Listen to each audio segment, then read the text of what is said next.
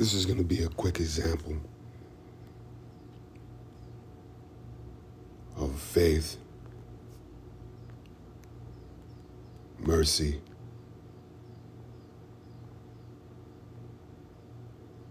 and the strangeness of his salvation. I'd like to give all glory and honor to Yahweh, Bahashem Yahweh Shai, Bahashem Rakah Kodash.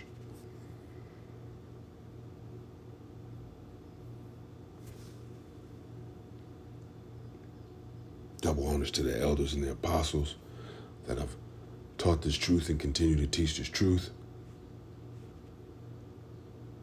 Shalom to the hopeful elect. Let's dive right into this one.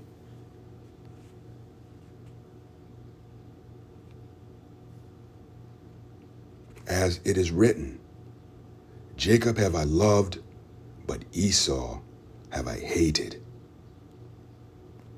For he saith to Moses, I will have mercy on whom I will have mercy, and I will have compassion on whom I will have compassion.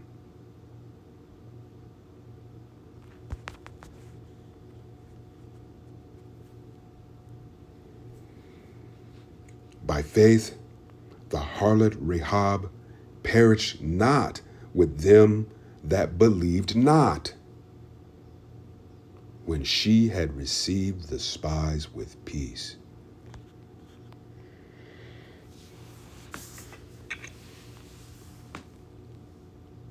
Joshua 2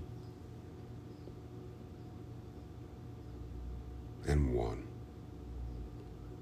And Joshua the son of Nun sent out of Shittim 2 men to spy secretly, saying, Go,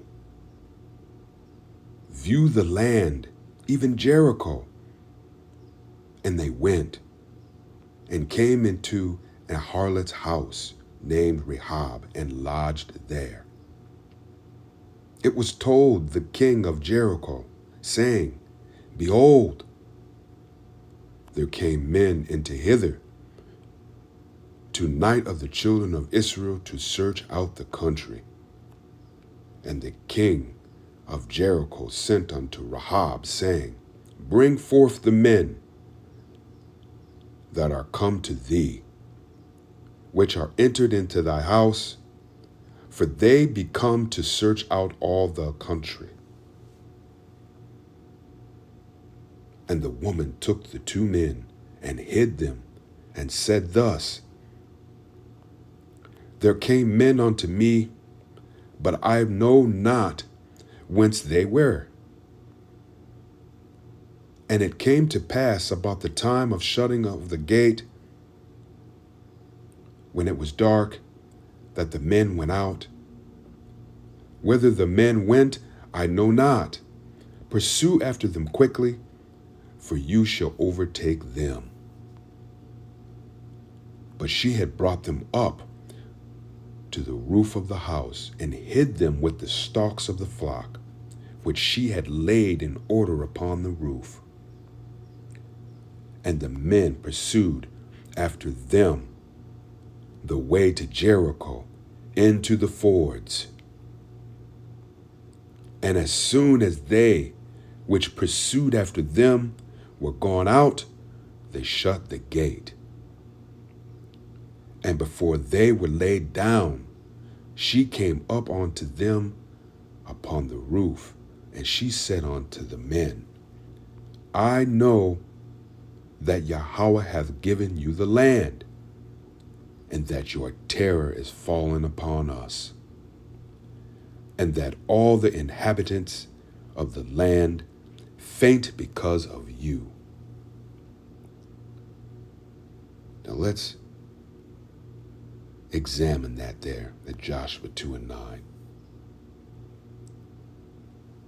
In that time frame, it was well known in the earth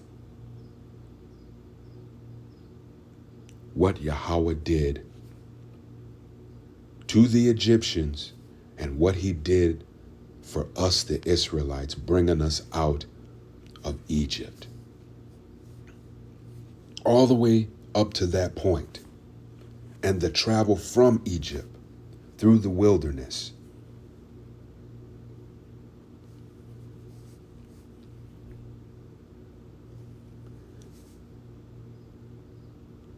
And so just as the strangeness of our salvation was known then, in this time that we live in today, you will know, and the whole earth, it will be well known, the strangeness of our salvation. Except this time it won't be all of Israel, it will only be the elect.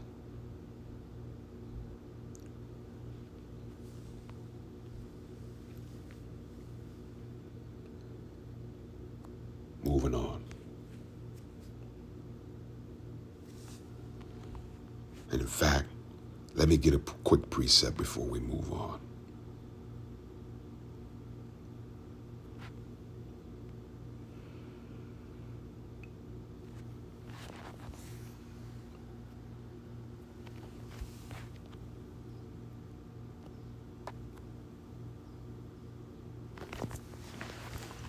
Just bear with me. Bear with me a second.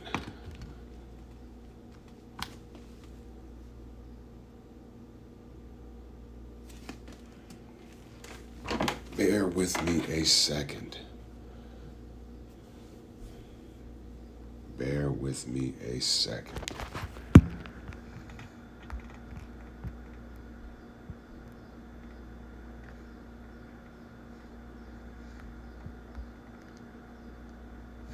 And so, let's go to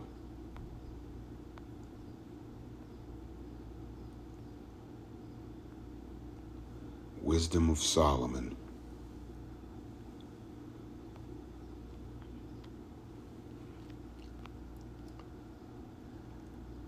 When they see it, they shall be troubled with great fear and shame.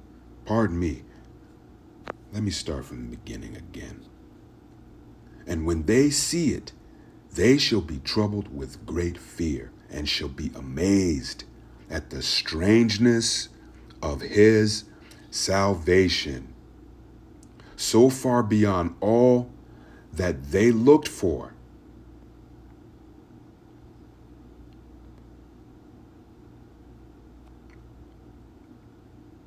And they repenting and groaning for anguish of spirit shall say within themselves.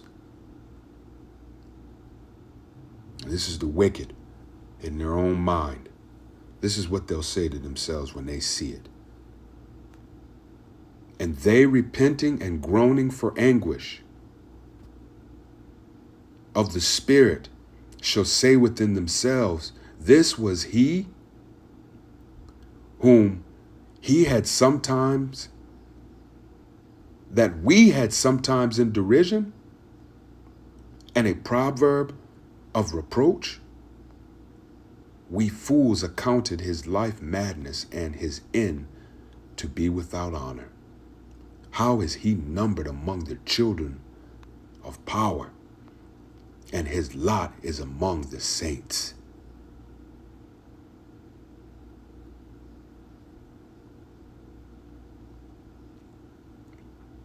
So let's get that again. Let's get the meat and potatoes. Let's get back to the point. The point is, when they see it, they shall be troubled with terrible fear and shall be amazed at the strangeness of his salvation, so far beyond all that they looked for.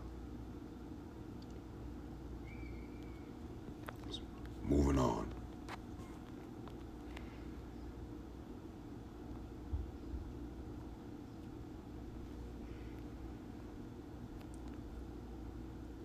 For we have heard how Yahweh dried up the water of the Red Sea for you when you came out of Egypt, and what you did unto the two kings of the Amorites that were on the other side of Jordan, Sihon and Og, whom you utterly destroyed.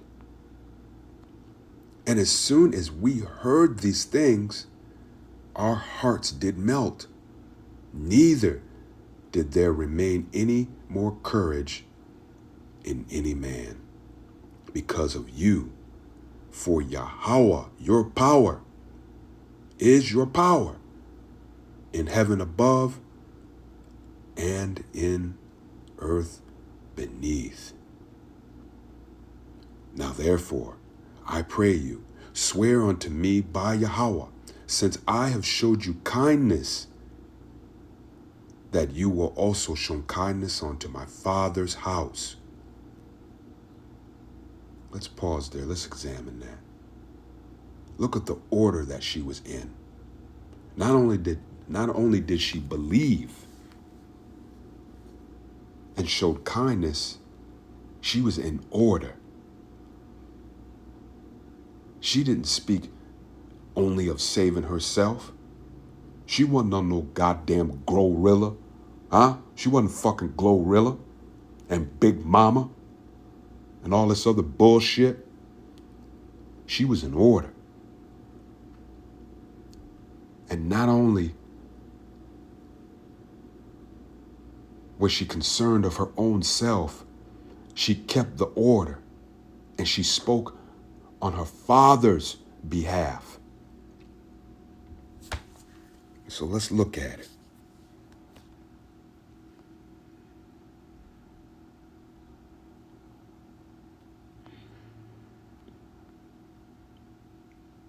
Joshua 2:12. Now therefore I pray you, swear unto me by Yahweh, since I have showed you kindness, that you will also show kindness unto my father's house, and give me a true token, and that you will save alive my father and my mother and my brethren and my sisters and all that they have, and deliver our lives from death.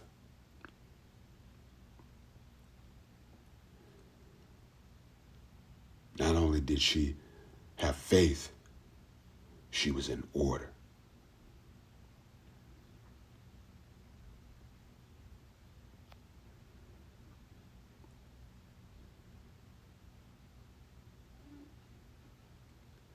And the men answered her,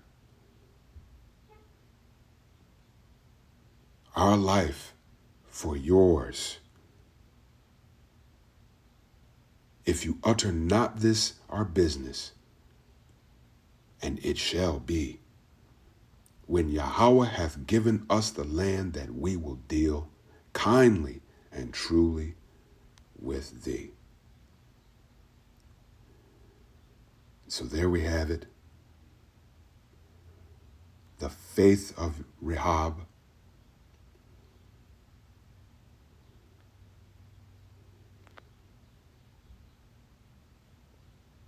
and then later Yahweh showed Rahab's father's house mercy by saving them alive.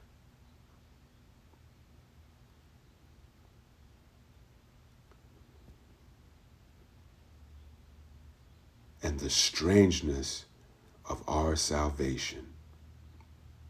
The strangeness of our salvation when we came out of Egypt, and yet again today, the strangeness, and I should better say, yet in this hour to come,